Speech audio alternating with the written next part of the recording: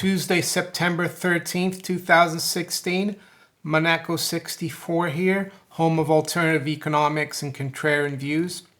I like to talk about the Soviet Union today and the welfare state, and both controversial subjects.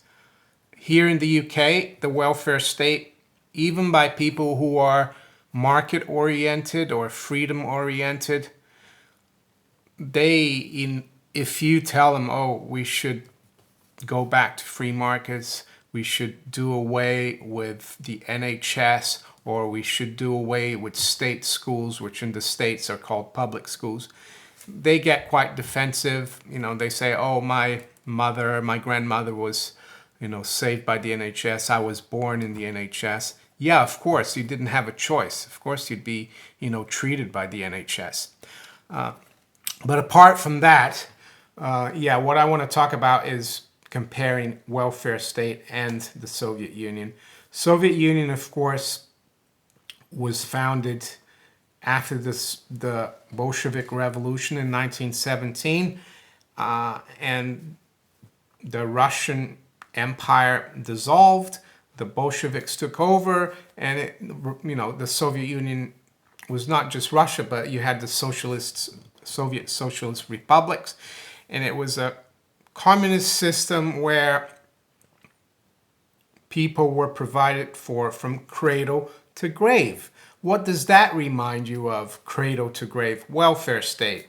Your children are looked after, they can go to free schools. University isn't free anymore, but you pay into a state pension, and then the state looks after you when you get older. They look after your health.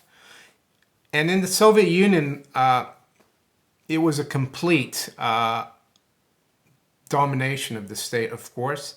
In the West, in the UK, in the United States, it's still a mix of, I would say, communism or welfare and the free market.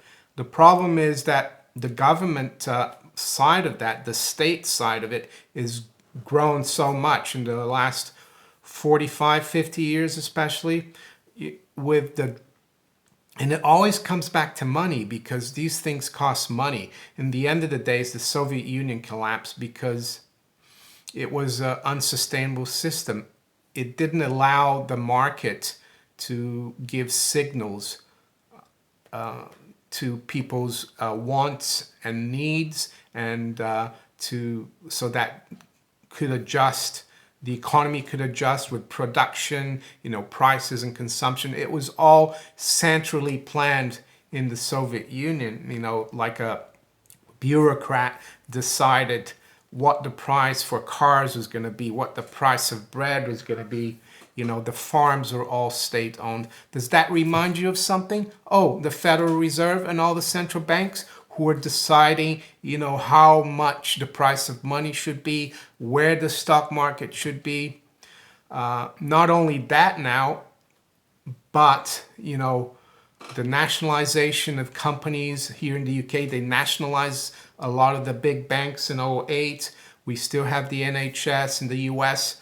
They nationalized General Motors. I know they sold it off. But the government seems to be getting more and more intrusive. In countries like France, the government sector is more than 50% of the economy. In the UK, is very close to 50%. And eventually, as Margaret Thatcher once said, in a socialist or communist system, we run out of other people's money. And if you keep making the state bigger and bigger, the productive part of the economy shrinks and is not able to provide the largesse for the state anymore, and the system just implodes, just like in the Soviet Union, and also Eastern Europe, East Germany, the Warsaw Pact countries. The system just imploded overnight. It wasn't even gradual. And it's amazing. It wasn't the end of the world. Look at Russia now. It's quite a vibrant economy. They had a lot of problems, of course, in the years after that, in the 90s and early 2000s, a lot of Russians suffered, especially the older people who couldn't adapt because they're too old, who, they had for generations lived under the idea that they were looked after. They were looked after by the state. The state was like God to them. And it's interesting because I was listening to the inaugural speech of JFK the other day in 1961. And one of the things he said is that human rights are not dependent on the generosity of the state, but on the hand of God. Basically saying, human rights, freedom, liberty is something that's natural. It shouldn't be given to you by the state. And the state is there only to protect those rights.